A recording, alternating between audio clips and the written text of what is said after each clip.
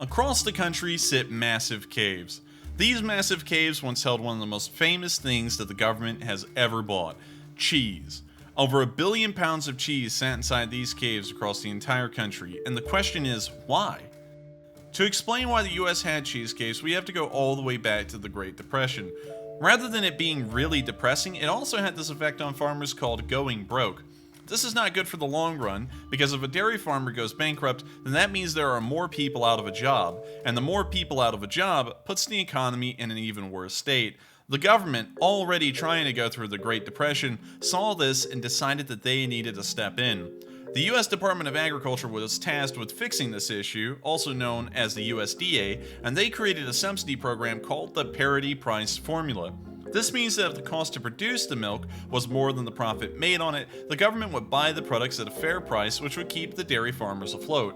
Usually they would take the milk and then turn it into powdered milk or cheese, because then it could be stored for an even longer time than normal milk, which can spoil within about a month.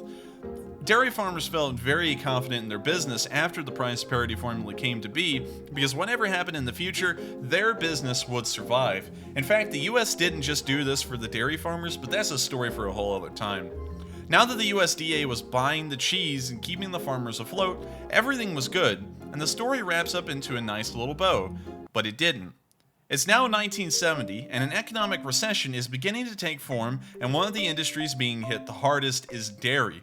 The price of cheese began to climb, and farmers saw an opportunity to make gobs of money, and so they began producing massive amounts of milk and selling it to the government at these incredibly high prices. The USDA is now being overrun with cheese, lots of it, and they have a serious problem. They now own this cheese and it's just sitting there filling up loads of space, so what do they do with it? Better yet, where do they put these hordes of cheese? A little bit of looking was done, and then it hit them. Caves. Massive caves of cheese, and they could store this cheese in there for however long they needed, and so that's what they did. The cheese was stored in the caves, and as the government kept buying the cheese, the caves got fuller and fuller. We are now in the 80s. Crack is hitting the streets, missiles were being sold to the Iranians to fund the Contras, a small group called the Mujahideen was fighting the Soviet Union, retro music is all the craze, and so was the massive mounds of cheese that the government had that no one knew what to do with.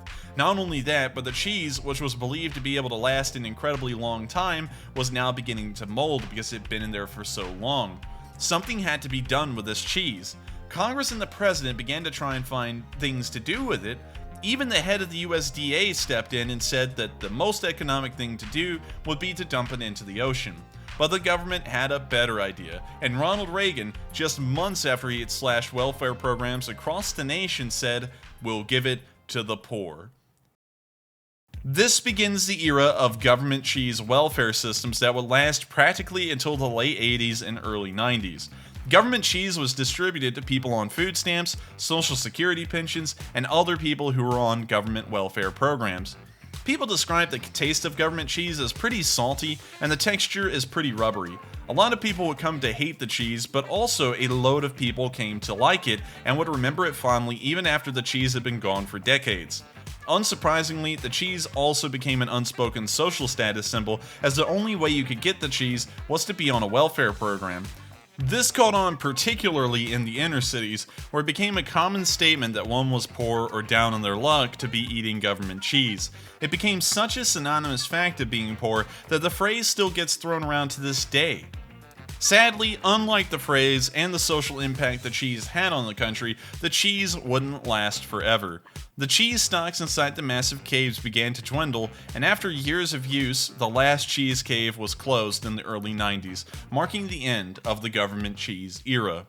The US still buys cheese from the dairy industry, and it's still heavily subsidized to this day, although they've never done anything similar to the government cheese program. Today's dairy trends are actually pretty different from the past as well, with milk consumption down by a quarter over the past few decades, but cheese consumption up by nearly 35%, so dairy companies are more incentivized by the market now than ever. However, things are still changing even with that. Much like the 70s, the price of food is beginning to rise, and with it, the price of dairy, which means that those caves might be filled with the cheese again, and we may see another government cheese program. But for now, the caves sit there as a reminder of the time that the government owned over 1 billion pounds of cheese.